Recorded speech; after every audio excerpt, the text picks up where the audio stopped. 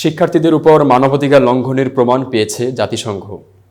বাংলাদেশে কোটা সংস্কার আন্দোলনের জেরে সৃষ্ট উদ্ভূত পরিস্থিতিতে নিবিড় নজর রাখছে জাতিসংঘ।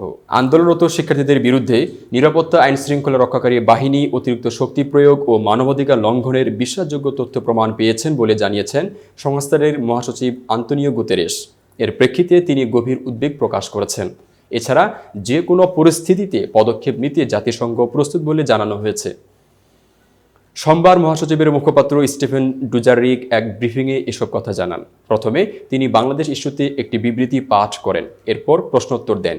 শুরুতেই বিবৃতিতে তিনি সব ধরনের সহিংসতা দ্রুত, স্বচ্ছ ও নিরপেক্ষ তদন্ত পুনর্ব্যক্ত করেন এবং এর জন্য যারা দায়ী তাদের জবাবদিহি নিশ্চিত করার জন্য আহ্বান জানান। ডোজারিক জানান, শিক্ষার্থীদের আবারও শুরু করা বিক্ষোভের বিষয়টি তাদের নজরে এসেছে।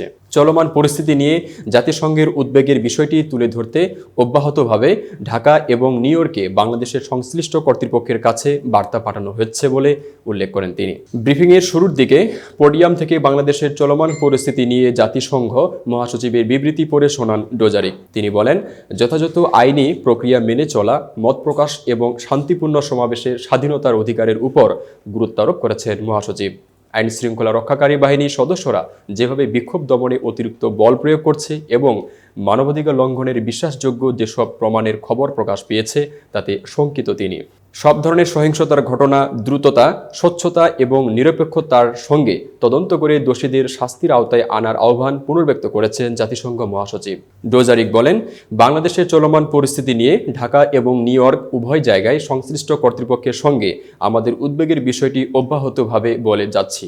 জাতিসংঘের শান্তিরক্ষা মিশনে অন্যতম শীর্ষ শান্তিরক্ষী প্রেরণকারী দেশ হিসাবে আমরা বাংলাদেশকে মনে করিয়ে দিতে চাই তারা যেন মানবাধিকার সম্মান জানায়।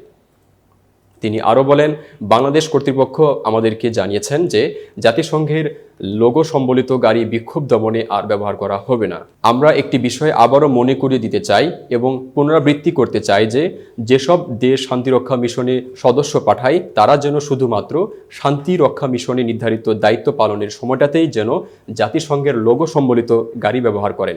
আওয়ামী লীগ নয়, এক অদৃশ্য শক্তি দেশ চালাচ্ছে বললেন মির্জা ফখরুল।